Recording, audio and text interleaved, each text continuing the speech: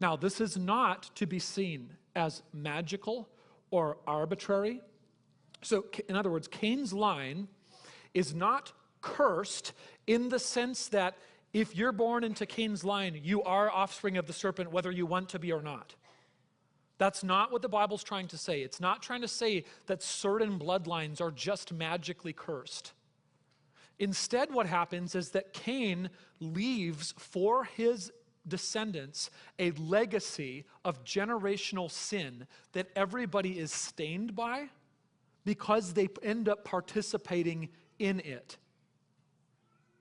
So it's not magical, it's not arbitrary, rather, and this is where we're going to go today, generational sin. Cain's personal sin ends up morphing into corporate or familial or generational sin. Now, this is seen right away.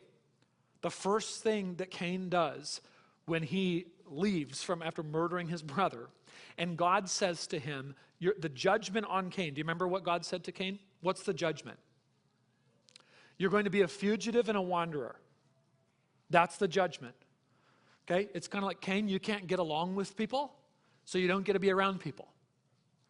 So yesterday, I had to mediate some conflict between my daughters. I know that none of you ever have to do this, but I sometimes do. And at one point, I had to say, if you cannot play nicely together, I'm going to separate you, and you will understand that the blessing of being able to play together only stands if you are not bickering and screaming and hitting and kicking and biting one another. Yes? And Cain, it's like, you cannot play nice with other people, so your consequence is you have to go and be on your own. That's the judgment. Now, what's the first thing that Cain does? He builds a city. So what is he doing? He's in direct opposition to the judgment that God handed down to him. And so Cain, right out of the gate, what we see in him is Cain is seeking to undo the judgment of God, the curse of sin, on his own. So Genesis chapter 4 and verse 17, Cain knew his wife, and she conceived and bore Enoch, not the righteous Enoch that walked with God in Genesis 5. And when he had built a city, he called the name of that city after the name of his son, Enoch.